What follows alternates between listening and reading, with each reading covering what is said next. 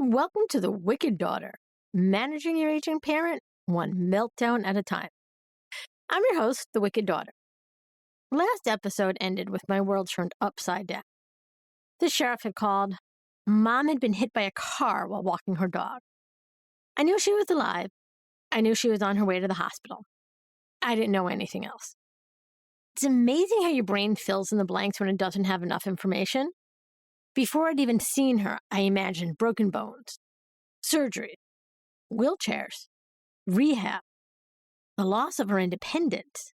My caregiver brain had already written 20 different endings. None of them were good. My husband offered to drive me, but someone needed to stay home with the dog. Besides, if this was going to become a disaster, there was no reason for both of us to suffer through hospital food. I called my older sister. I'll keep you posted. I honestly thought I'd be updating her for the evening. Looking back, I probably should have started a group text called Things We Didn't See Coming. Then I drove to the hospital. It's funny what you remember during moments like that. I don't remember the traffic. I don't remember what was on the radio. I don't remember a single stoplight. I just remember thinking, please let her be okay, and not having the slightest idea what okay was about to mean.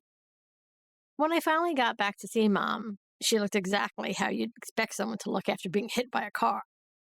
Shaken, disheveled, and in pain. And somehow still more worried about the dog than herself. The dog's okay. Those were among the first words out of her mouth. Of course they were. Apparently the dog had ended up underneath the car between the wheels and somehow walked away without a scratch. A kind neighbor had already taken her home and even brought Mom's walker upstairs. So there we were. Mom had just been hit by a car, and our first conversation was about dog logistics. Looking back, that was probably the last normal conversation we'd have for quite a while. Then we entered hospital time. Hospital time exists in its own dimension. Every person wearing scrubs suddenly looks important. Every doctor walking towards your curtain must be coming for you. Every time someone says, "We'll be right back," you begin questioning what right back means. Spoiler alert, it doesn't mean 5 minutes. We're waiting for x-rays. We're waiting for the doctor. We're waiting for the results. We're waiting for a room. We're waiting for someone who's apparently waiting for someone else. Hours passed. Eventually, an orthopedic surgeon walked through the curtain. Before he said a word, I knew. Mom knew too. She had broken her leg in 2 places and fractured her foot. She would be admitted to the hospital.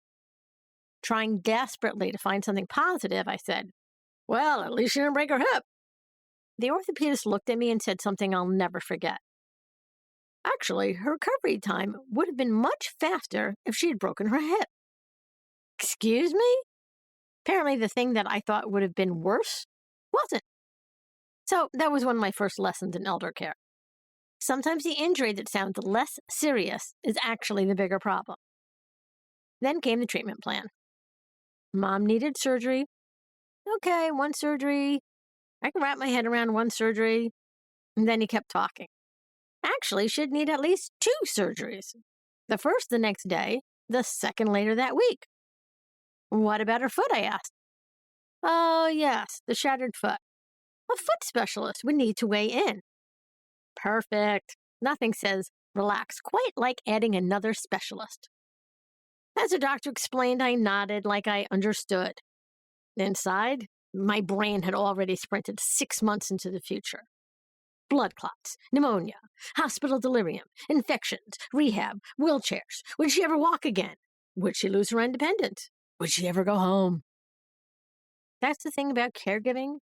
You don't just hear today's diagnosis. You immediately start worrying about tomorrow's complication.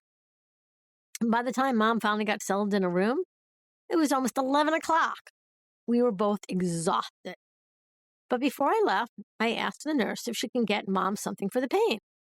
She said she'd be right back. Hospital time. 30 minutes later, still nothing.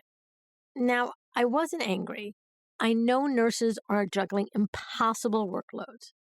but my mother had been hit by a car. So I quietly walked to the nurse's station and asked again.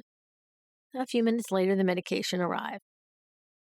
Looking back, I didn't realize it then, but that was the moment I stopped being just a daughter. I became an advocate. Not demanding, not confrontational, just paying attention. Because hospitals are full of caring people. They're also full of busy people. And sometimes patients need one person whose entire job is making sure that they don't disappear into the shuffle. That person had become me. I kissed Mom goodnight, told her I'd be back first thing in the morning, and then drove to her condo. Fortunately, I'd always kept a change of clothes at Mom's. At the time, it seemed like a smart idea. Turns out I was accidentally packing for my new part-time address.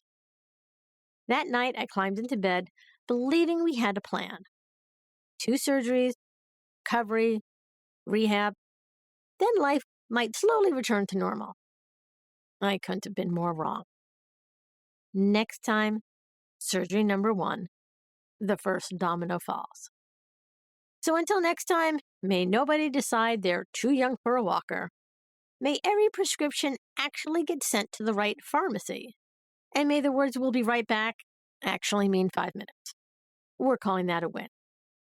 I'm the Wicked Daughter, managing your aging parent, one meltdown at a time.